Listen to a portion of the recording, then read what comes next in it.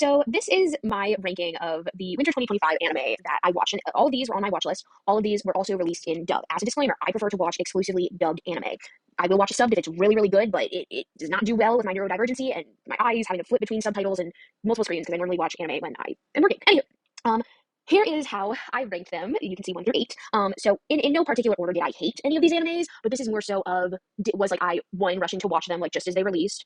Two, was I really enthusiastic with the plot, and three, was it just a decent anime? So keeping that in mind, right now I am in the process of watching like the season finale of Zenshu, and Zenshu had me on the fucking lip of my seat every single fucking week. I was so excited to watch it, and maybe it's just because I'm a sucker for like hopeless romantic stories. This is very similar to how I was very enthusiastic to watch Nina the Starry Bride in the fall when that was releasing. It is it's a fantasy romantasy action anime. I found it fun. It was also a completely original plot done by Mappai. I thought it was really well done, so that's why Zenshu is my number one.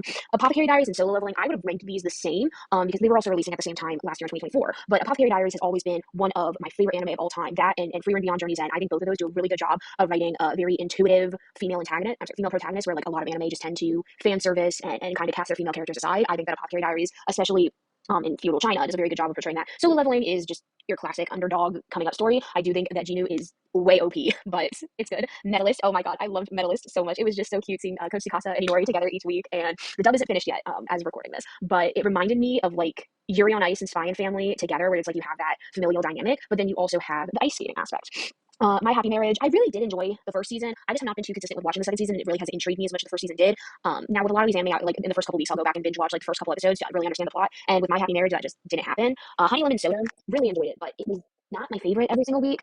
Pretty generic love story plot there. Yeah, pretty generic love story plot there. Sakamoto Days, it was good. It could have been better. I know I've released a couple of like short videos around like people shouldn't be shitting on the animation of this and da da da da. And there's a lot coming out of that. Was to be expected. I know part 2 is supposed to release in either the spring or summer. I think it's the summer. Don't quote me on that. And then, anyways, I'm falling in love with you. It's basically a reverse harem high school love story sort of deal. I think the whole appeal of it for me was that they were talking like they were discussing about COVID during it and what that looked like, and oh, we have all these activities that are canceled. But I don't know. I've never been one for an anime that's like this is one of the animes that I got 4 episodes in and I'm forcing myself to push through. It wasn't bad, but I've never been one to enjoy animes that are really like, oh, we're going to focus on the protagonist and how the protagonist is multiple love interests and who's the protagonist going to end up with, and we're going to do all of this like romance baiting. I'm not here for that.